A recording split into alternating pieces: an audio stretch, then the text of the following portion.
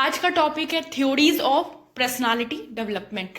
Topic से ही समझ में आ रहा होगा कि हम क्या आज पढ़ने वाले हैं। पर्सनालिटी से संबंधित जो थ्योरीज, जो साइकेट्रिस्ट थे, डिफरेंट डिफरेंट साइकेट्रिस्ट जो है वो पर्सनालिटी की कुछ थ्योरीज दिए। तो अकॉर्डिंग टू सिलेबस, हमारे सिलेबस में 3 थ्योरी है। हम तीनों थ्योरी को डिटेल में पढ़ना है, ठीक है। तो आज आइए हम समझते हैं। तो सबसे पहले जो थ्योरी थी वो दी थी psycho analytic theory. First theory क्या थी? Psycho analytic theory. Psycho analytic theory के अंदर क्या क्या चीजें थी तो हम देखते हैं। बेसिकली हमने क्या बोला, पर्सनालिटी डेवलपमेंट की हम थ्योरी पढ़ रहे हैं। 3 तरह की थ्योरी है जो पर्सनालिटी डेवलपमेंट से रिलेटेड है।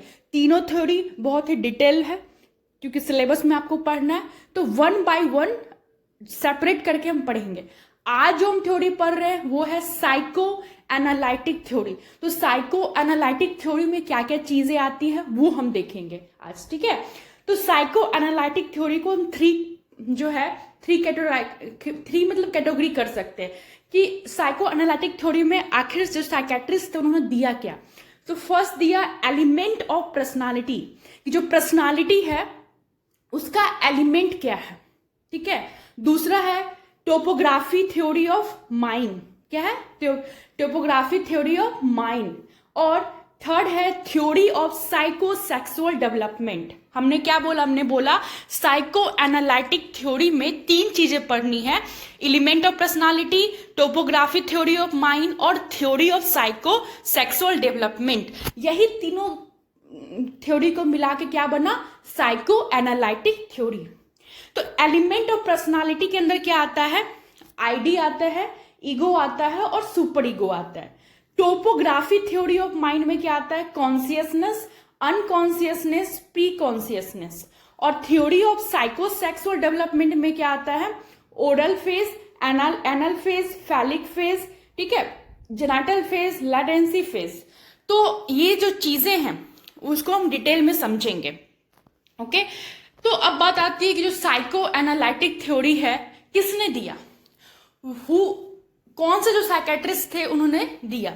तो देखते हैं। Sigmund friend 1856-1939, an Australian neurologist is considered as the father of psychoanalytic theory।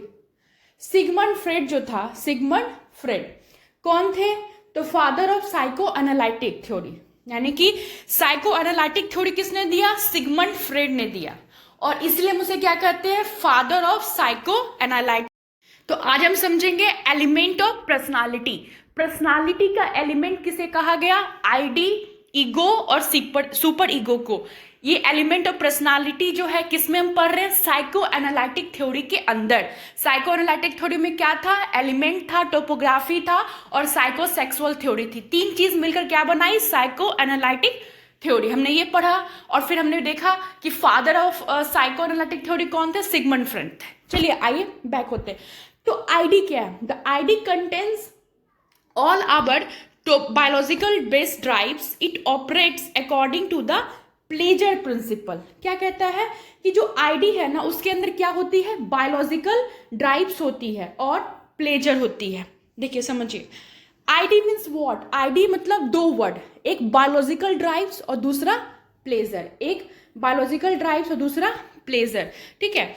Basically ID का मतलब क्या होता है कि व्यक्ति अपने प्लेजर के लिए, व्यक्ति अपने खुशी के लिए, व्यक्ति अपने प्लेजर के लिए और नीड के लिए, दोनों के लिए वो कुछ भी कर सकता है। वो कुछ नहीं सोचेगा कि दूसरा क्या सोचेगा या फिर हम अगर ये कर रहे हैं तो दूसरे पे क्या प्रभाव करेगा, नथिंग। उसको बस अपना प्लेजर पूरा करना है, उसको बस अपना बायोलॉजिकली नीड पूरा करना है। तो आईडी का मतलब ये होता है। आइए एग्जाम्पल समझते हैं। एक एग्जाम्पल लेते हैं बायोलॉजिकल ड्राइव्स का।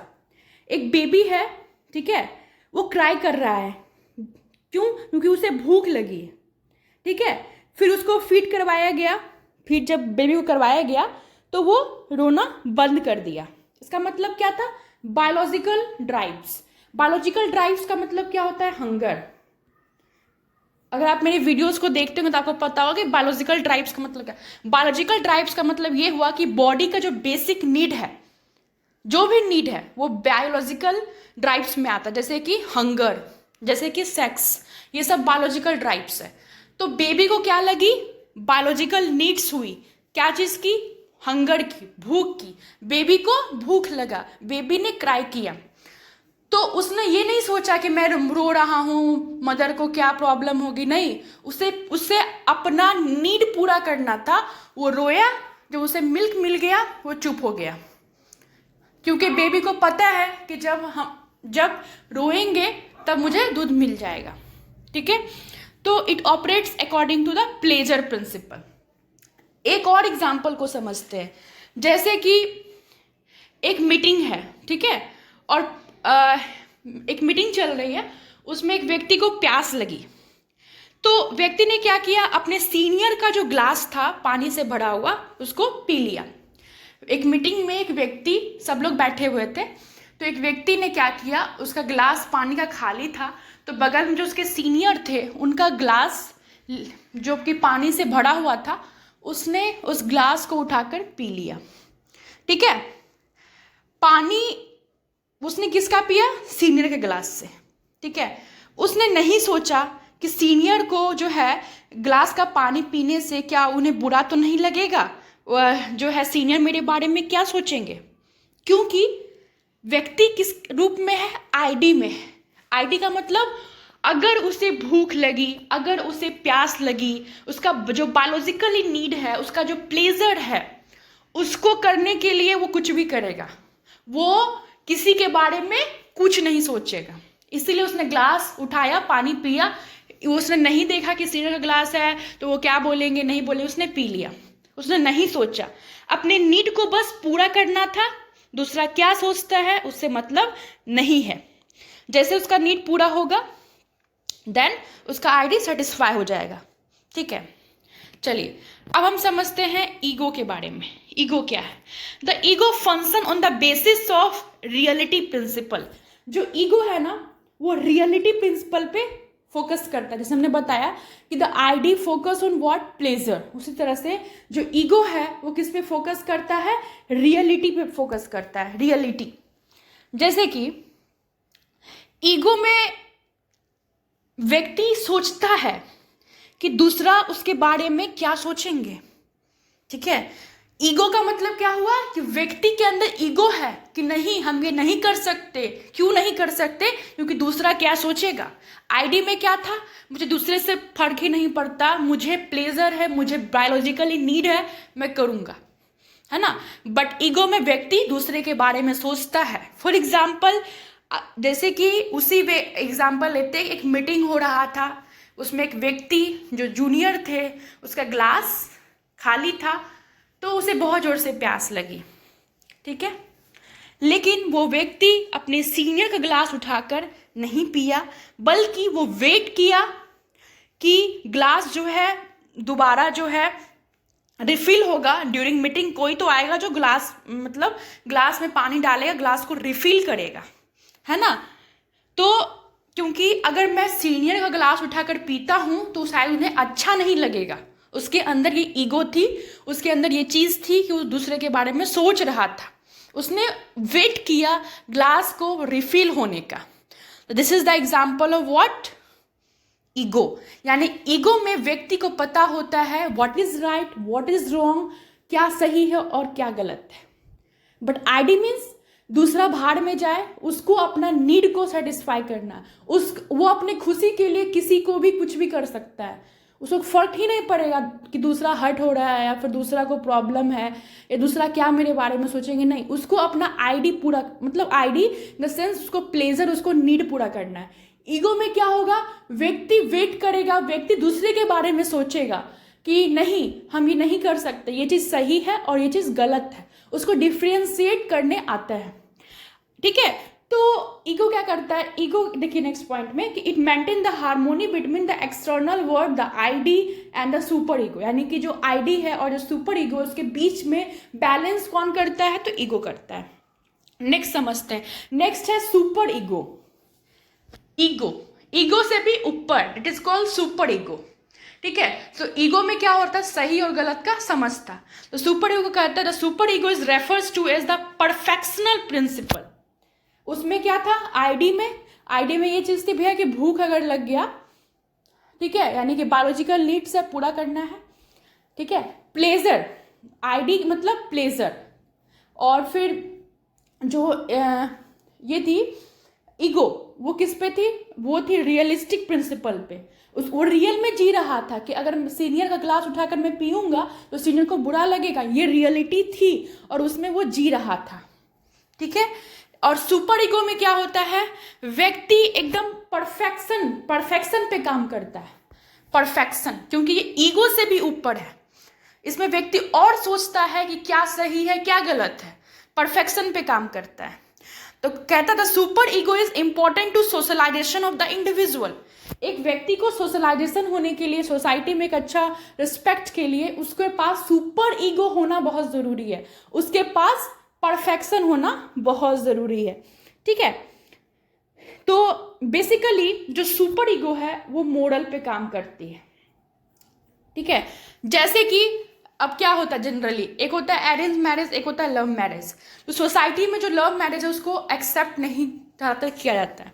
तो एक व्यक्ति डर से कि लोग क्या कहेंगे, ये गलत है, ठीक है, इससे परिवार को दिक्कत होगी, उसका मोरल जो है, उसका जो सुपर ईगो है वो उस चीज को काम करने से मना कर रहा है। यानी उसको पता है कि अकॉर्डिंग टू जो सोसाइटी का रूल है कि भैया अरेंज मैरिज करना ही सही, लव मैरिज करना गलत है। तो दिस इज द मोरल। इसमें सुपर ईगो मतलब व्यक्ति मोरल है, व्यक्ति एकदम परफेक्शन है व्यक्ति के अंदर, ठीक है।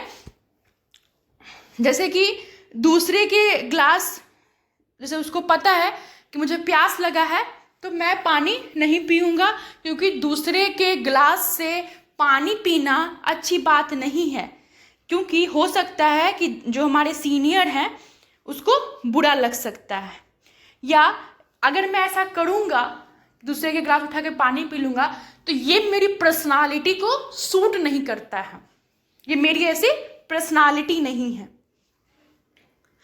तो ये था सुपर ईगो, यानी कि दूसरे के बारे में सोचता है व्यक्ति, किसमें, ईगो में, और सुपर ईगो में। आईडी में दूसरे के बारे में नहीं सोचता, आईडी मीन्स खुद के बारे में सोचेगा, खुद का नीड पूरा करेगा, खुद का प्लेजर पूरा करेगा, ठीक है। ईगो, सुपर ईगो में वो दूसरे के बारे में सोचेगा कि दुनिया क्या कहेगी, गलत क्या है सही क्या है। गलत और सही के बारे में सोच रहे, इसका मतलब कि हम दूसरे के बारे में सोच रहे हैं, क्योंकि गलत और सही क्या है, एक रूल और रेगुलेशन है, ठीक है। चलिए, तो आई होप आपको ये आईडी, ईगो और सुपर ईगो में कोई कंफ्यूजन नहीं होगा।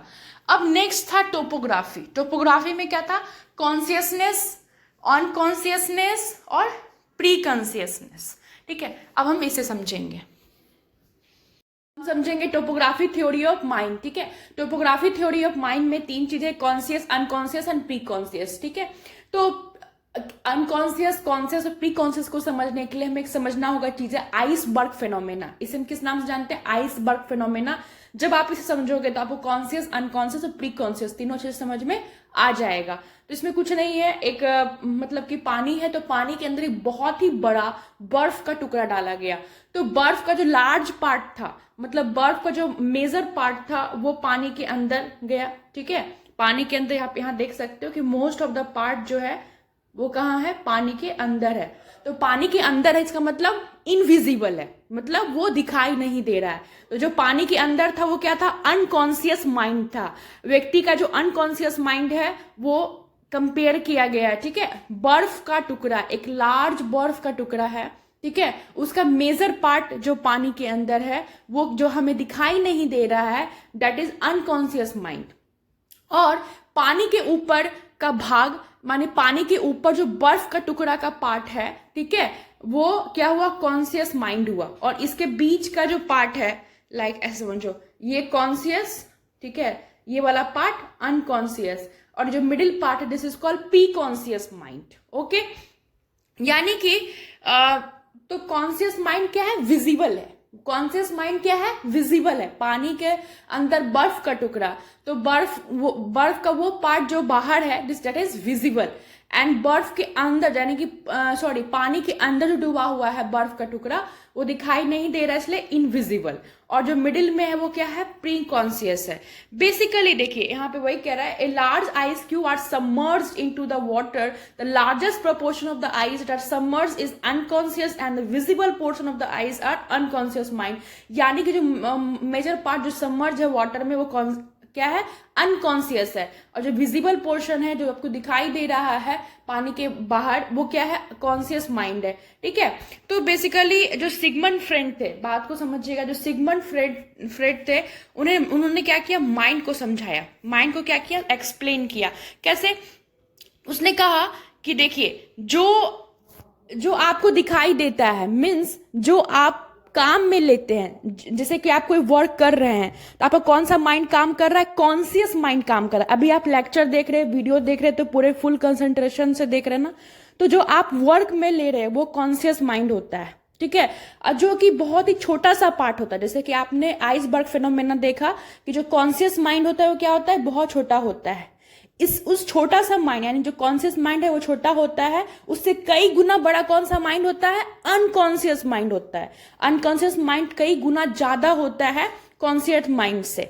ठीक है, जो कि लेकिन जो अनकॉन्शियस माइंड है उसका जो इस्तेमाल है वो बहुत ही कम किया जाता है। ठीक है, और जैसे कि कोई भी काम करने के लिए या फिर बेसिकली वैसा काम जो हम कर रहे हैं जिसमें बहुत ज्यादा फोकस, बहुत ज्यादा कंसंट्रेशन का जरूरत है, that is what, that is conscious mind. आप वीडियो भी देख रहे हो, आप पूरे फोकस हो, दैट इज कॉन्शियस माइंड। अगर बॉयज हो या गर्ल्स हो, जब वो स्कूटी या फिर बाइक फर्स्ट टाइम सीख रही होंगी या फिर कार ड्राइव करना सीख रही होंगी तो क्या होगी, उस टाइम वो बहुत कॉन्शियस होगी। ठीक है, बहुत फोकस होंगी। तो फर्स्ट टाइम अगर जो सीख रही थी दैट इज कॉन्शियस माइंड।